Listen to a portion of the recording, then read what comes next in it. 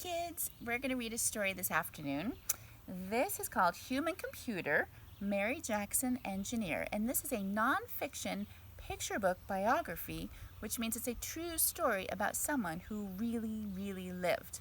And my name is Andy Dean, and this book was published by Nomad Press, and they've given permission for me to read it to you. Even as a young girl, Mary Jackson loved math and science. She loved learning how things worked, and she loved helping people. Mary wanted to be an engineer and to solve problems with math and science. But Mary grew up in a time when black people and white people were kept apart by something called segregation. Black children weren't always taught the same subjects as white children. There were very few black engineers and even fewer female engineers. Mary still loved learning math and science. She wanted to know how everything worked. Mary beat the odds and went to college. She became a math teacher and shared her love of numbers with her black students. Mary shared her learning with other little girls, too. She was a Girl Scout leader. She loved to build wind tunnels and test model airplanes with her scouts. A few years later, Mary had a baby, and she went back to work as a clerk. She answered the phone and wrote messages. She was good at her job, but she really missed learning about how different things worked. So Mary got a job at the Langley Memorial Aeronautical Laboratory as a human computer. Engineers at Langley were working to improve airplanes. They needed human computers who were very good at math to help them.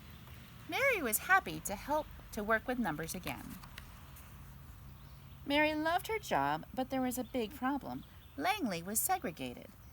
Mary grew more and more angry. She was tired of being treated differently.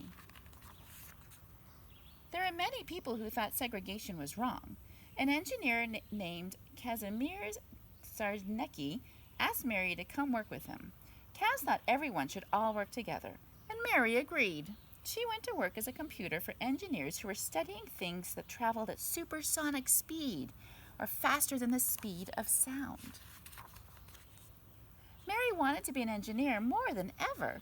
All she needed to do was take classes at the local school. But there was one problem. The school was segregated. Black people weren't allowed to go to school there. Mary had to ask the city to give her special permission to take classes at the white school. Finally, the city said yes. Mary studied hard and became NASA's first African-American female engineer. Mary worked as an engineer for many years. She helped design the spacecraft that first carried men to the moon. Mary had achieved her dream. Now she wanted to help other people achieve their dreams. After all, no one had expected Mary to become the first African-American female engineer at NASA.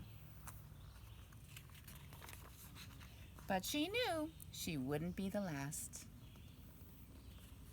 The end. Thank you.